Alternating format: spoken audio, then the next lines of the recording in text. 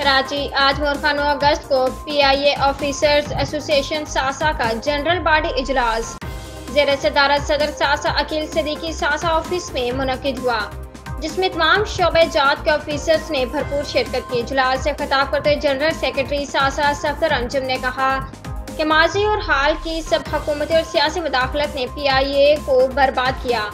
उन्होंने PIA के मुतालिक असम्बली और सेनेट से पास करवाई जाने वाली कानून साजी को यकसर मुस्तरद कर दिया। सफदर अंजुम ने मजीद कहा कि तमाम इक़्तिदार में आने वाली सियासी पार्टियां PIA को इस हाल में पहुँच जाने की जिम्मेदारी कबूल करें। ऑफिसरान की तनख्वाहों में फौरी इजाफे का मुतालबा किया। अकील सिद्दीकी ने इजलास से खिताब करते मुलाजमीन को अपने हक के हसूल के लिए उठ खड़े होने का कहा और इस बात पर जोर दिया कि सासा हर वक्त PIA की तबाही को रोकने और मुलाजमीन के हकूक हासिल करने के लिए सरगर्म अमल रहेगी। उन्होंने मजीद कहा कि PIA के तमाम स्टेक होल्डर्स को मिल बैठ कर PIA को बचाने की जदोजहद में अपना किरदार अदा करना होगा।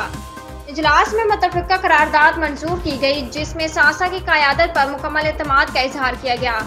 करारदाद में ऑफिसर्स की तनख्वाहों में फौरी इजाफे का PIA इंतजामिया से मुतालबा किया गया।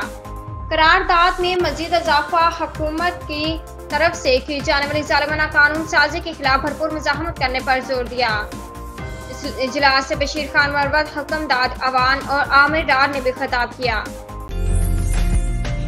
उम्दा में पकाएं और जी भर के खाएं।